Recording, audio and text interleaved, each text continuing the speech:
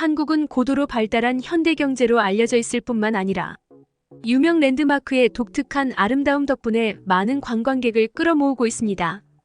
프랑스 북서부 브르타뉴. 갑자기 뭔 놈의 여행이야? 우리가 어디에 살고 있는지 잊은 거냐? 프랑스의 해마다 여행객들이 얼마나 찾아오는 줄 알아? 그런 곳에 살면서 뭐하러 돈 써가며 여행해? 딸과 대화를 나누던 60대 아버지는 갑자기 언성을 높이고 윽박 지릅니다. 하지만 그런 윽박에도 마주하던 딸은 아랑곳하지 않고 무언가 대화를 더 이어나가는데요. 얼마 후 이 부녀는 한국의 어느 시골 바닷가를 방문하게 되면서 충격적인 경험을 하게 되었다고 합니다. 도대체 그들에게는 무슨 사연이 있었던 것일까요? 안녕하십니까? 저는 60대 프랑스 남자 모리스라는 사람입니다. 한 가정의 가장이자 딸아이의 아버지이기도 하지요. 전 겨울만 되면 집안에서 신경질을 내곤 합니다. 아내가 딸아이를 낳고 폐렴에 걸려 세상을 떠난 계절이기 때문입니다. 물론 그뿐만 아니라 또 다른 이유도 있습니다. 겨울만 되면 유독 돈이 많이 지출되기 때문이죠. 더운 것은 어느 정도 참을 수 있었지만 겨울에는 자칫 잘못하면 건강상 문제가 생길 수 있기에 난방비를 지출할 수밖에 없으니까요. 게다가 날씨가 추워져야 먹을 수 있는 저의 최애 식재료가 어딜 가나. 길거리에 널브러져 있기 때문에 겨울이면 더욱 신경질적으로 변하게 됩니다. 먹지 못하는 떡이 내 눈앞에 어른거리는 그 심정이 싫은 것이죠. 제가 이렇게까지 돈을 아끼고자 하는 것은 다 이유가 있었습니다. 저는 어릴 적 찢어지게 가난한 삶을 살았습니다. 오늘 아끼지 않으면 내일을 살 수 없는 그런 날들이었죠. 심지어 하루에 한 끼만 먹은 적도 있었고 동생에게 먹을 것을 양보하면서 하루를 꼬박 굶었던 적도 있었습니다. 게다가 성인이 되어서도 돈이라는 것에 매달릴 수밖에 없었습니다. 미성년자일 때는 굶지 않기 위해 죽기 살기로 일했고 성인이 되어서는 남들에게 무시당하지 않기 위해 일했습니다. 젊었을 때는 거지라는 말까지 들어가며 살았던 적도 있었죠. 그렇기에 저는 그 무엇보다 돈을 아껴서 만일을 대비해야만 한다는 강박을 가지고 있었습니다. 이런 제 삶에 그런 변화가 찾아온 것은 그 일이 있으면서부터였습니다. 저에게는 이제 막 성인이 된 늦둥이 딸이 하나 있습니다.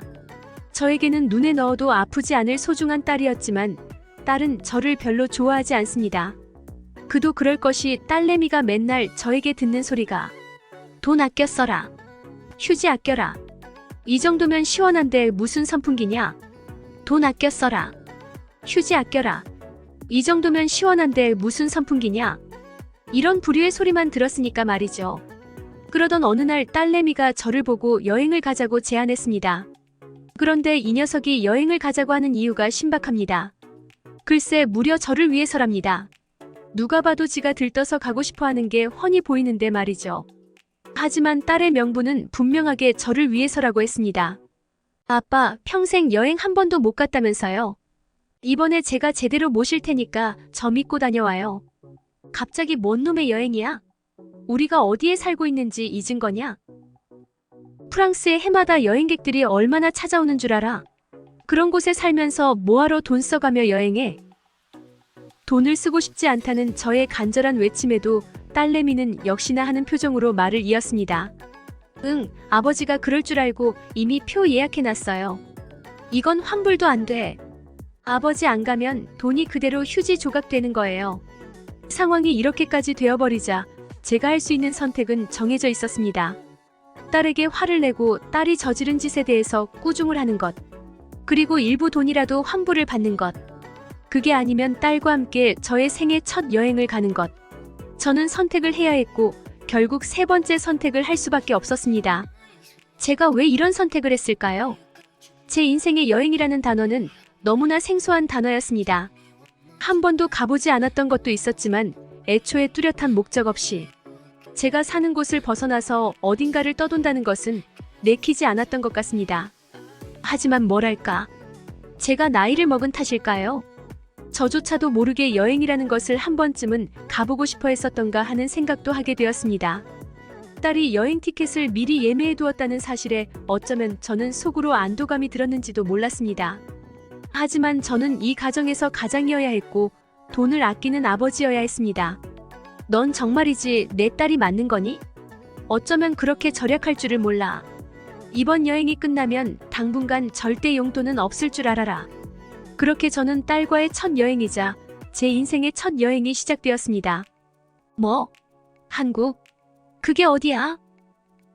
동양 국가인데 아버지도 아주 마음에 드실 거예요. 결국 저는 딸내미와 여행 시작부터 티격태격이었습니다. 한국이라는 생소한 나라에 가게 되었다는 사실을 알게 된 이후부터였습니다. 그래도 저의 첫 여행인데 제가 알지도 못하는 생소한 나라에 가는 것은 내키지 않았기 때문이죠. 그래서 저는 딸에게 한 가지 제안했습니다. 이왕 네가 예매해둔 티켓이니 더 이상 군소리 없이 여행을 떠날 테니 여행지에서의 경비 관리는 모두 내가 일임하겠다는 제안이었습니다. 딸은 처음에는 뾰로통해했지만 이내 저의 제안을 받아들였습니다.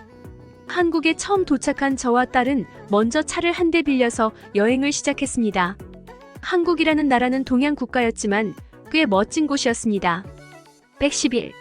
서울역 세월의 힘을 여실히 느낄 수 있었죠.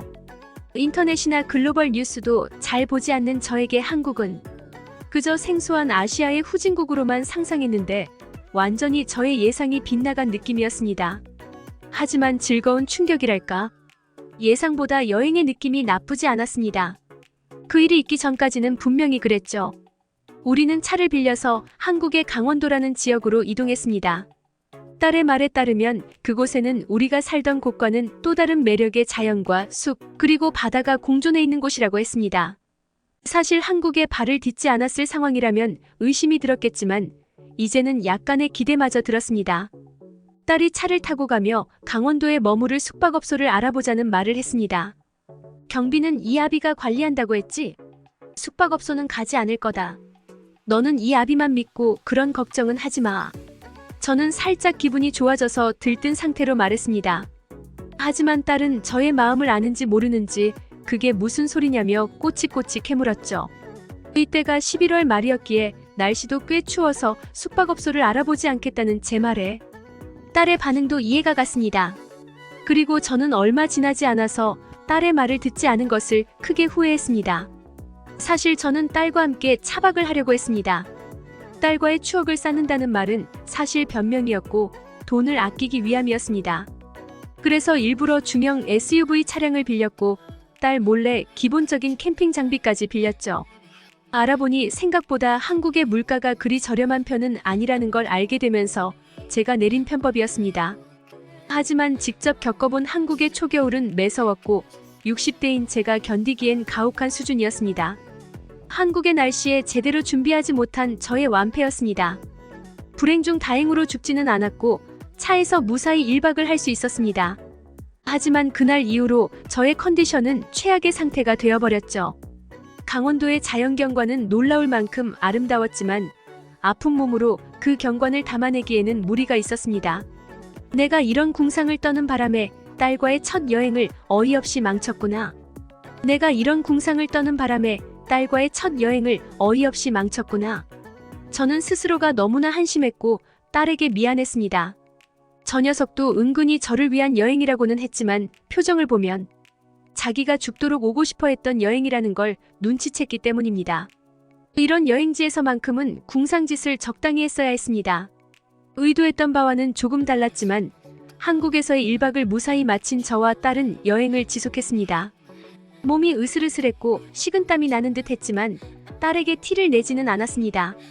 이곳 강원도에서 때마침 특별한 행사를 한다고 해서 그곳으로 가는 중이었습니다.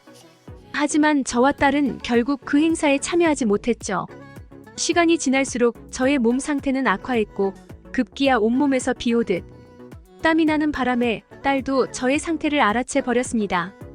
결국 저는 한국의 병원에 갔고 그곳에 입원하게 되었습니다.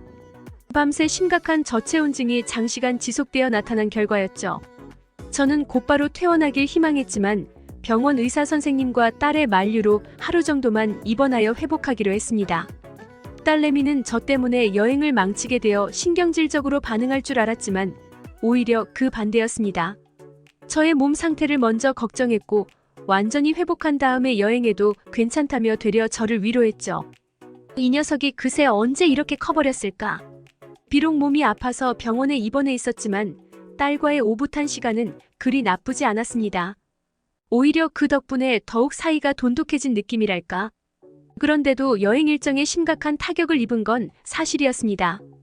정해진 일정의 절반도 채 경험하지 못했으니까요. 그리고 병원에 입원하기 전에 딸이 저에게 했던 말이 기억났습니다. 아마 지금 가는 행사에 참여하면 아빠 좋아서 기절할걸. 제가 좋아할 행사를 가면서 그렇게 좋아하던 딸의 모습이 안타까웠습니다. 저 때문에 여행을 망친 것 같은 기분이었죠. 그래서 이제라도 늦지 않았기를 바라며 딸이 이야기했던 행사에 참여하기 위해 병원에서 퇴원하고 곧바로 그곳으로 갔습니다. 하지만 모든 것은 때와 시기가 있다고 했지요. 이미 딸이 말한 행사는 끝났습니다. 아마도 행사의 마지막 날이 그날이었던 것 같았죠. 이때 저는 실망하는 딸을 보았습니다. 과연 내가 딸과 처음으로 여행이라는 걸 하면서 무슨 짓을 한 거지? 이왕 여행 온 거면 그냥 그 시간을 즐기고 누리면 그만인데. 결국 제가 돈을 아끼려다가 이 지경까지 돼버렸습니다. 저는 딸의 행복한 모습을 보고 싶었습니다. 결국 제가 그토록 집착하는 돈은 저와 가족의 행복을 위한 것인데 저 스스로가 돈이라는 것에만 매몰되어서 불필요하게 집착한 것은 아닐까 생각했죠. 이유를 잊은 목표는 아무 의미가 없었습니다. 이것을 이제야 깨닫다니 나도 참 멍청하구먼. 비록 뭔지는 몰라도 제가 그토록 좋아할 만한 한국의 행사는 끝났지만 남은 일정 동안 딸과 함께 제대로 여행을 즐기자고 마음먹었습니다. 딸도 제 뜻을 말미암아 짐작했는지 그에 응해주었죠. 다시 한번 한국의 속초 바닷가의 풍경을 만끽했습니다. 그런데 그날 저녁 시간이 되자 딸이 저를 보며 회심의 미소를 지으며 어딘가로 저를 데려갔습니다. 허름한 천막 같은 것을 씌워놓은 식당처럼 보였죠. 그곳에서 저는 한국에서 처음으로 기절초풍을 하는 줄 알았습니다. 한국 식당 아주머니가 쿨레 진동하며 우리가 앉은 테이블 위에 음식으로 보이는 무언가를 한 상턱하니 얹어놓았을 때의 제 반응이었죠. 테이블 위에는 굴이 한가득 놓여 있었습니다. 그 비싸고 귀하며 보드라운 꿀맛과도 같은 굴이 정말로 소복하게 쌓여 있었습니다. 저는 너무 놀라서 딸에게 욕을 한 바가지 해버렸습니다. 이놈의 계집애야. 대체 뭔 짓을 한 거야? 얼마짜리 요리를 시킨 거야? 그런 저의 욕지거리에 딸은 창피한 듯 입술에 손가락을 갖다 대며 말했죠. 아빠, 조용히 좀 해. 여긴 굴이 우리 동네만큼 비싸지 않아. 그러니까 오늘은 기분 좋게 좀 먹자고요. 아빠, 조용히 좀 해. 여긴 굴이 우리 동네만큼 비싸지 않아. 그러니까 오늘은 기분 좋게 좀 먹자고요. 알고 보니 한국의 굴은 프랑스만큼 비싼 요리가 아니었습니다. 그렇다고 굴의 신선도나 품질이 떨어지는 건 결코 아니었죠. 한참을 허겁지겁 음식을 먹던 저는 딸의 얼굴을 보고 머쓱해져서 저도 모르게 헛웃음을 지었습니다. 딸도 그런 제 모습이 웃겼는지 같이 한참을 웃었죠. 그렇게 제 인생 첫 여행은 마무리가 되었습니다. 프랑스로 돌아가는 길은 한국에 올 때와는 또 다른 느낌이었습니다. 딸과 저는 더욱 가까워진 느낌이었고 우리 두 사람의 얼굴에는 미소가 만연했죠. 구름을 뚫고 지나가는 와중에 멀어지는 한국을 내려다보았습니다. 그리고 생각했죠. 이것이 행복이구나. 한국 고맙습니다. 지금까지 한국의 특별하고 감동적인 소식을 전하는 월드맵튜브였습니다. 프랑스인 모리스 씨의 사연 어떠셨나요? 이제는 한국에 대해서 잘 모르는 사람은 거의 없습니다. 하지만 아직도 일부 외국의 노년층들은 과거의 한국과 지금의 한국을 동일시하는 분들이 많습니다. 그렇기에 모리스 씨도 그런 생각만을 가진 채 딸과 한국에 방문했다가 많은 부분에서 놀라움을 느꼈을 것 같습니다. 여러분들은 어떻게 생각하시는지 의견을 남겨주세요. 구독과 좋아요는 영상을 제작하는 데 큰 힘이 됩니다. 끝까지 시청해주셔서 감사합니다. 어쩔 수 없죠. 누구나 가난했던 시절을 겪으면 그때로 돌아가지 않고 무시당하지 않기 위해서 아등바등 할 수밖에 없으니 정말 프랑스 할아버지 구두쇠 무엇